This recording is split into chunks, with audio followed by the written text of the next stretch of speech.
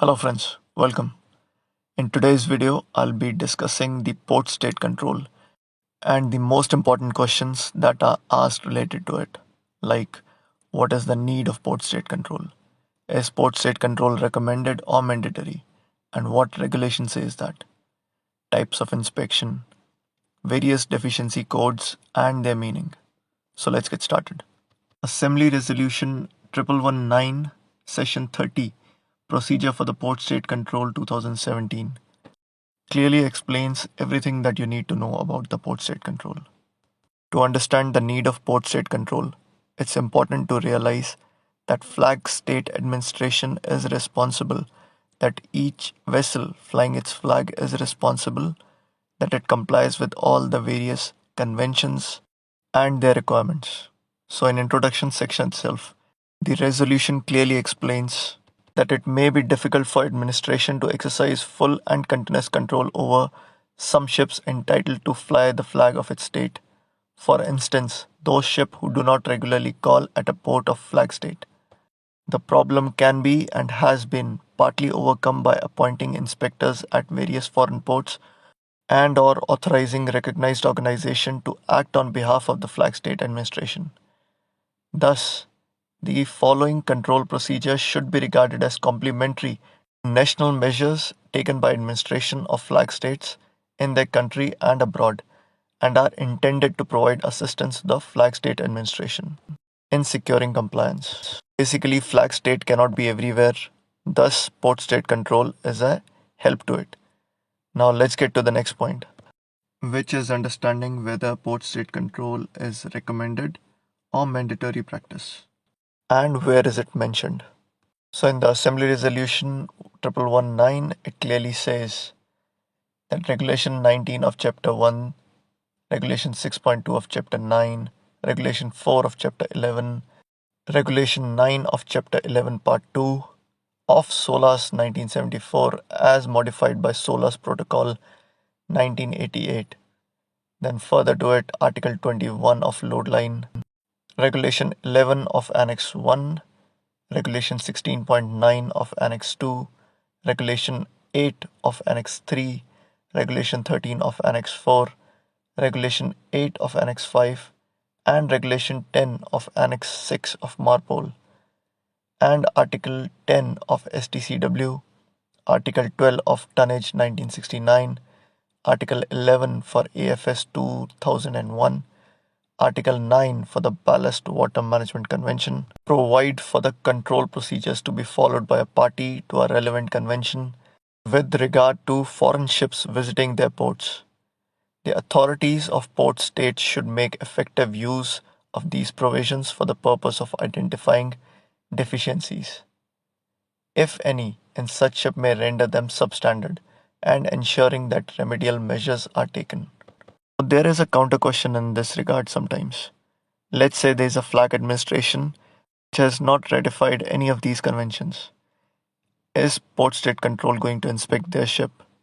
And the answer to that is yes. As per the resolution, no more favorable treatment to be given to the ship of countries which are not party to relevant convention. All parties should, as a matter of principle, apply these procedures to the ship of non-parties in order to ensure equivalent surveys and inspections are conducted and an equivalent level of safety and protection of marine environment is ensured. In the second paragraph, it clearly says if a non-party vessel does not have certificates with regards to SOLAS, load line, MARPOL, AFC, ballast water management certificates, or crew certificates as per STCW, still Port State Control Officer must take into account the principles established in the procedures and must satisfy that ship and the crew do not present a danger to those on board or be an unreasonable threat of harm to the marine environment. The Port State Control Officer will see what all documents are available on board and then evaluate if that is enough. If it is not, then the ship is subjected to certain restrictions as is necessary to obtain comparable level of safety and protection of the marine environment. Now let's go through the types of inspection that may be carried out by the Port State Control. There are four types of inspections that can be carried out. initial inspection, more detailed inspection, expanded inspection, and concentrated inspection campaign. Let's understand each of them. An initial inspection consists of a visit on board a ship, during which the certificates and documents listed in Annex 10 of the MOU text is checked. MOU stands for Memorandum of Understanding. And very often the surveyor will ask you a question like, what is IOMOU? Although it's very simple when you know the answer, Indian Ocean Memorandum of Understanding. But often during the oral examination, it does not click. So just a bit of extra information. Then after the certification and documents check, there is a overall condition and hygiene check of the ship, which includes navigational bridge, accommodation and galley, deck including forecastle, cargo holds and area, engine room. These all areas must meet generally accepted international rules and standards. During the initial inspection, the old inspection reports are checked and it is verified that previous given remarks have been rectified or not, as per the time specified in the inspection report. Then the next level of inspection is called more detailed inspection. A more detailed inspection is carried out whenever there are clear grounds for believing during an inspection that the condition of the ship or of its equipment or crew does not substantially meet the relevant requirements of a relevant instrument. Clear grounds are said to exist when the port state control officer finds evidence which, in his or her professional judgment, warrants a more detailed inspection of the ship, its equipment, or its crew. The absence of valid documents is considered a clear ground. Other examples of clear ground can be found in Annex 9, paragraph 6 of MOU text, and will also be discussed in the next video. A more detailed inspection will include an in-depth examination in the areas where clear grounds were established, the areas relevant to any overriding or unexpected factors, other areas at random from the following risk areas: documentation, structural condition, water weathertight condition, emergency system, radio communication, cargo operations, fire safety, alarms, living and working condition, navigational equipment, life saving appliances, dangerous goods, propulsion and auxiliary machinery, pollution prevention. The more detailed inspection will take account of human element covered by ILO, ISM, and STCW and include operational control as appropriate. An expanded inspection is same as initial inspection, but it has a wider scope. For examination purposes, all the points that you check during the more detailed inspection can be answered in this. It is generally carried out on ships that fall under higher risk category compared to the other ships. For example, for Paris MOU, the expanded inspection oil is done for tankers, the which ships are over 15 years old and over 3000 gross tonnage, gas and chemical tankers over 10 years old, bulk carriers over 12 years old, and passenger ships over 15 years old. Thus, an expanded inspection would require more time compared to the initial inspection. Paris MOU also requires the ship to report to the PSC before arrival if the ship falls under high risk category. And finally, the concentrated inspection campaign is something that is jointly decided by the MOUs to conduct inspection focusing on a particular area.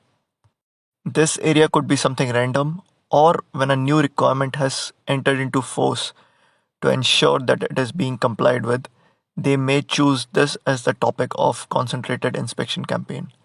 An example of CIC is the Maritime Authorities of Tokyo and Paris MOU on port state control launched a joint CIC on emergency system and procedures.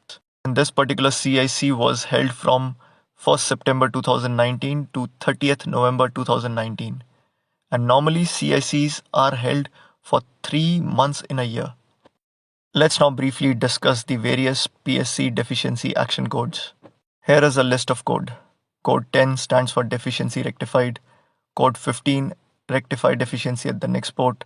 16, rectify deficiency within 14 days. 17, rectify deficiency before departure. 18, rectify deficiency within 3 months. 30 is detainable deficiency. Code 40 is next port informed. 45 rectify detainable deficiency at the next port. Code 50 is flag state or counsel informed. 55 flag state consulted. 70 recognized organization informed. 85 investigation of contravention of discharge provision MARPOL. Code 99 is others. Finally, I summarize. Flag state has the overall responsibility to ensure compliance of its ship regarding various conventions and codes. However, the flag states cannot control and maintain the standard of the ships which are not calling its home port. Thus, port state control is established, and as per the requirements of all the conventions, it has been authorized and has formed a safety net to identify the substandard ships and inform the flag state as required. There are four types of inspection in PSC: initial, more detailed, expanded, and concentrated inspection campaign. PSC inspector will come for initial inspection, and if he feels that the ship looks like substandard, he goes for a more detailed inspection, during which he may give a deficiency using different codes for different kind of deficiencies, which are detailed in the Port State Control Procedures Assembly Resolution 1119 Session 30. In the next series of PSC, I'll be sharing more details about clear grounds, MOUs, what action can be taken in case of a detainable deficiency by the master, and we'll discuss more questions that will clarify every concept of PSC. I hope it was a useful video for you. If you have any feedback, suggestion, or comment, then please write down below. I thank you for watching.